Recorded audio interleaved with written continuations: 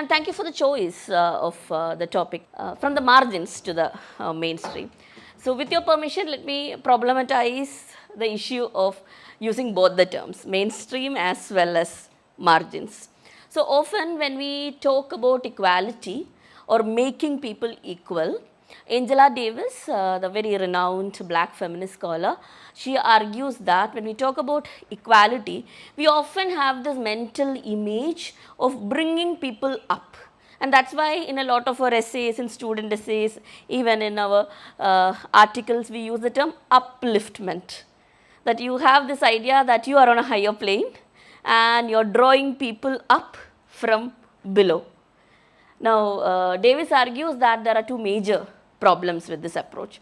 One is the fact that when you're supposing that there are people on two different planes, you're also supposing that there is a category of people who are beneath you, and you're literally looking down upon them as if they belong to an inferior level, inferior culture. So, this whole idea of bringing people up presupposes the idea of a set of people who are way beneath you.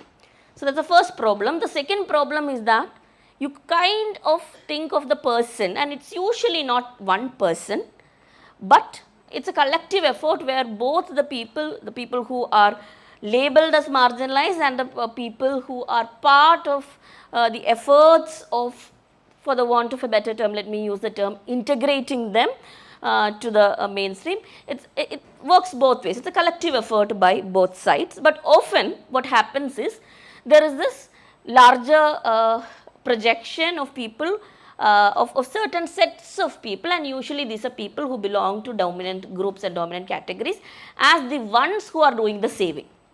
So, the one who is doing the uplifting gets a very heroic savior image, and this divide continues.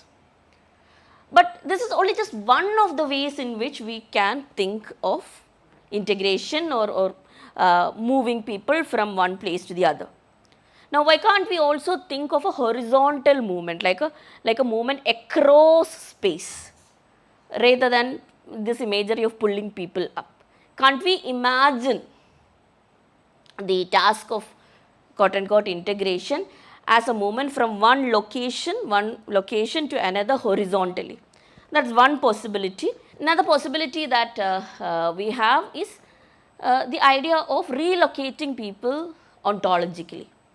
So, what about relocating heterosexist, capitalist, elitist, patriarchal people to a better place of equality? Can't we also think along those lines, where the people who need to change are not the ones at the margins?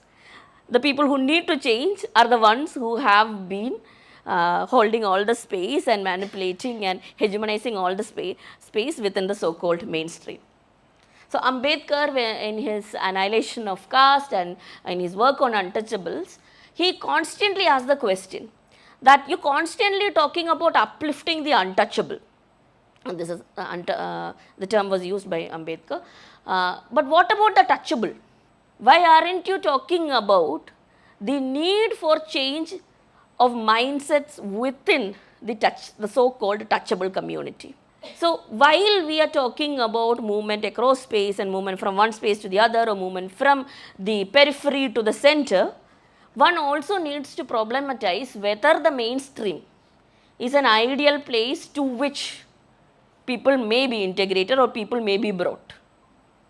So, when we talk of moving people from the margins to the mainstream, or topics from the margins to the mainstream, one also needs to ask the question whether the mainstream is an inclusive space. Now, if you ask a person like me who comes from a Dalit background, and I draw upon the experiences and the theory that is built by a lot of Dalit women scholars, particularly Rekha Raj and Mridula Devi, they have spoken about, like in a very recent conversation which you can find on Ala's website, Rekha Raj talks about the fact that she had never thought of herself as being dark skinned till she joined school. So, at her home everyone is dark skinned. At my home, everyone is pretty much my color or different shades of brown. So, the idea of the attribution of inferiority to the black or brownness of one's skin is something that you learn from the mainstream. Mainstream cinema teaches you that. Mainstream literature teaches you that. Schooling teaches you that. At home, which might be called, so a Dalit home might be called as being located in the margins, there you do not have this idea. There you do not have a branding of the aesthetics associated with darkness as being inferior or bad. So, it is a mainstream where various kinds of discriminations, various kinds of loadings of meanings are created. It is the mainstream which killed off Rohit Vemula, it is the mainstream which killed off Payal Tadvi, it is the mainstream which killed off Rajila Latif. It is not the margins. So, for me, when you talk about the margins, one has to talk about whether people should be moved from the margins, that has to be problematized. But even before that, when we are talking about the mainstream, what constitutes the mainstream? Who do we think are mainstream? Do you identify as mainstream? Do you, who sit as a student, when you are sitting in a university space and that too in the capital of the state, are you mainstream?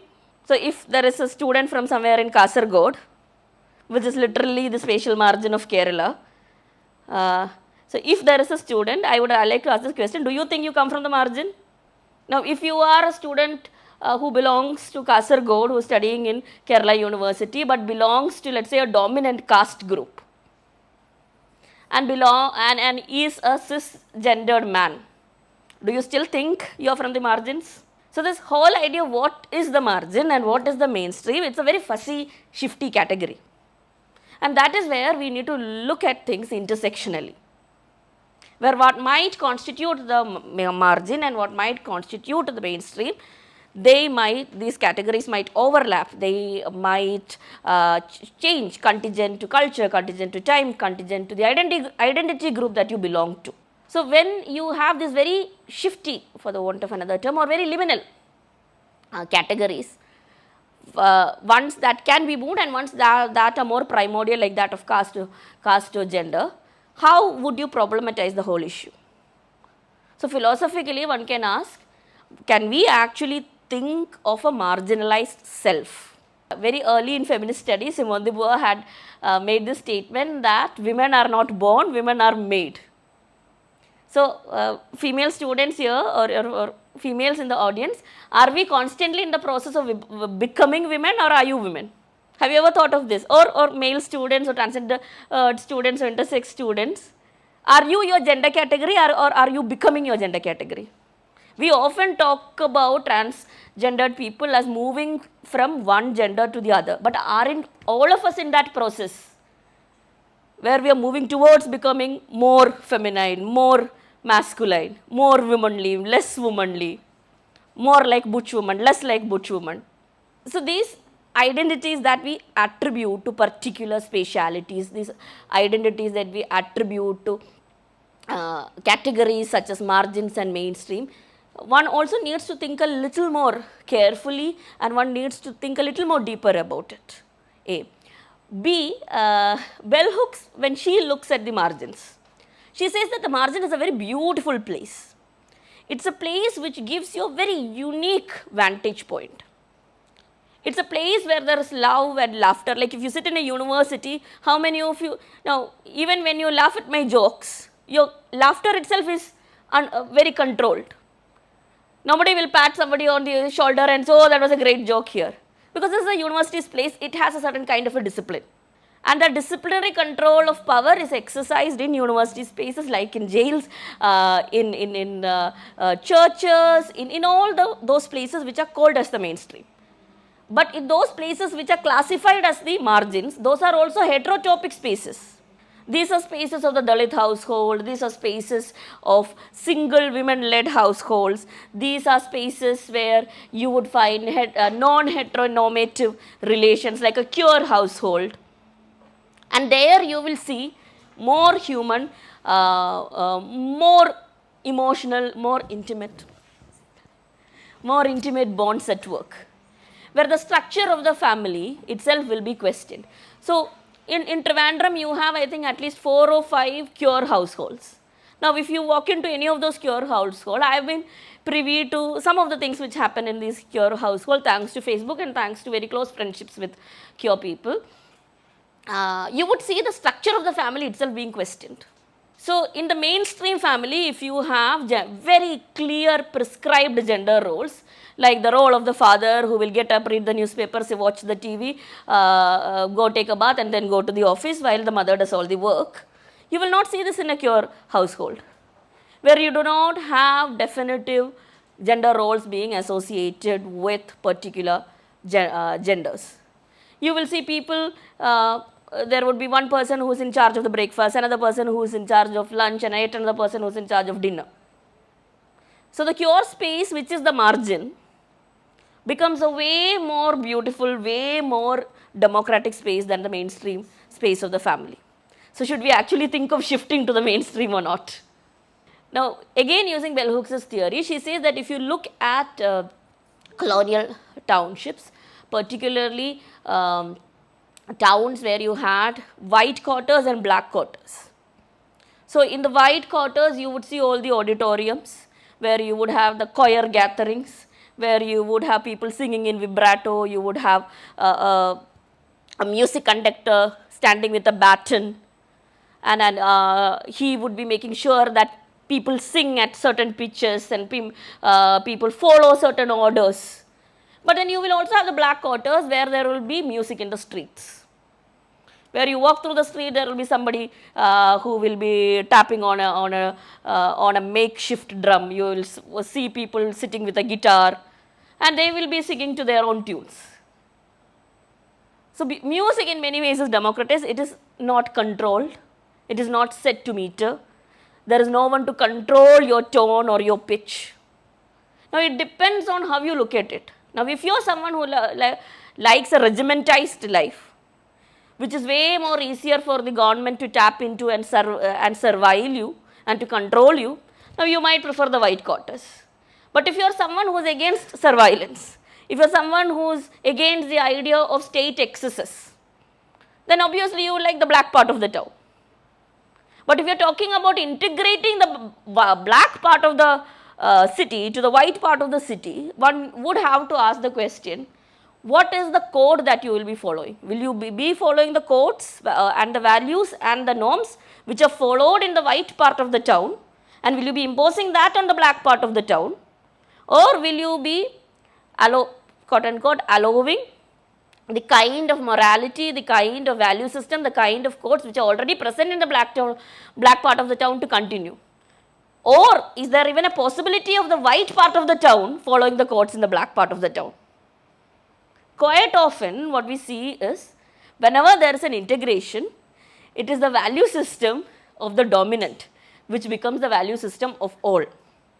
So, for instance, historically we had something called the Misra Bhojanam or the Pandi Bhojanam. But one also needs to ask the question, what was the food which was served there?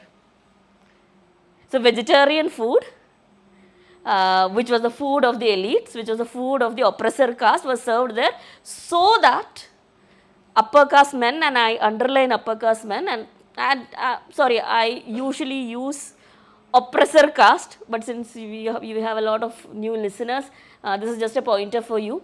I am someone who believes that that one shouldn't be reproducing caste by attaching upper and lower to certain castes in terms of nomenclature. So, for me there are only two types of caste. You have the oppressor caste and the oppressed caste. So that in Misra Bhojanam, oppressor, and I know that I am provoking some of you, and that's good provocation, please stay with me. Even if you leave, I will continue talking, that's another thing. But critical theory should provoke you. Otherwise, there is no criticality to critical theory. It's dead theory.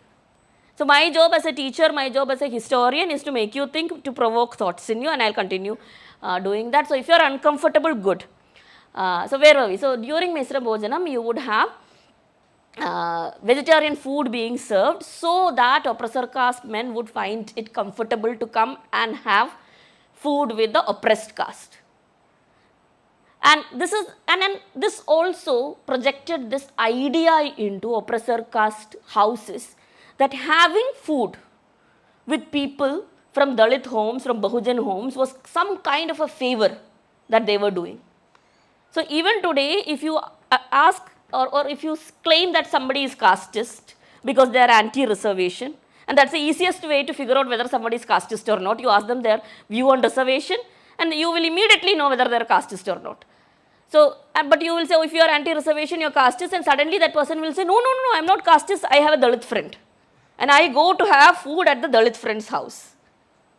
You went and had food there at the Dalit person's house and you are anti-reservation, and now you are using that as a claim to say that you are not casteist. Don't you see the irony there? That it's not a favor that you're granting to the oppressed caste person by going and befriending them. We have plenty of friends. We have better friends than you. So if you want our friendship, if you want access into our beautiful, wonderful lives with music and laughter and warmth, don't think of it as a favor. Think of it as a favor that we are doing you. It's spirit. It stops there. But this whole idea of commensality, of having food together, or of non-commensality is mentioned by Manu himself. So who can prepare food for whom was very clearly mentioned in the Manusmriti. It was reiterated in the Narada Smriti and again in the Brihaspati Smriti, and that is why you will see hotels being owned by a particular caste. Because only people, according to the Narada Smriti, only people who were considered to belong to quote unquote clean caste could offer food to others. And even today, if you look at the composition of restaurant owners in India, in Kerala, you will find the statistic that there is one particular community which has an upper hand in owning hotels. Now, that is not our topic. Our topic is on whether the mainstream is an ideal place, whether the mainstream is an inclusive space. And statistic after statistic tells us that it is not so. So, I am someone who works on gender, I am also someone who works on health and healing systems. So, I was just looking up at the statistics related to health of Savarna women and Avarna women. And I realized that this is the easy way, it is the easiest way for me to prove that caste exists in India. So, this is to all of you caste deniers, and I am very sure that there will be people who are caste deniers in the audience out there. If you look at NHFS survey, now I am not saying NHFS survey statistics are the best. There are a lot of problems there. One of the biggest problems of NHFS survey is that it looks at households and not at individuals. It gives us very little data on tribal societies, tribal women in particular. But despite of all of that, it is that one reliable data set that we can use. And if you look at NHFS data, and this is from 2021-22, you will find that Savarna women outlive Dalit women by 14.6 years. So, if the average lifespan I am just using this statistic to give an example, this is not the correct lifespan. So, if let us say a Savarna woman lives till 70, a Dalit woman's lifespan will be 56 years old. So, that is more than a decade and a half, almost a decade and a half, more than a decade. So, even when you look at health statistics, even if you look at the lifespans of women across India, you will see that there is a huge difference between the lifespans of Savarna women and Dalit women. And similarly, if you look at the tribal category, the lifespan is way lower. But what do we as gender scholars and what do we as feminist scholars do? We still consider women as a monolithic category. We do not look at Kyur women, we do not look at tribal women, we do not look at Bahujan women, we do not look at Dalit women. All women in India get subsumed under the title women. As if we do not have any other intersectional identities. No class, no caste, no sexuality, no regional difference, no locational difference, so on and so forth. But if you look at the intersections, one will figure out that Dalit women's lives are way more vulnerable, and we live lives which are way more precarious than even Dalit men.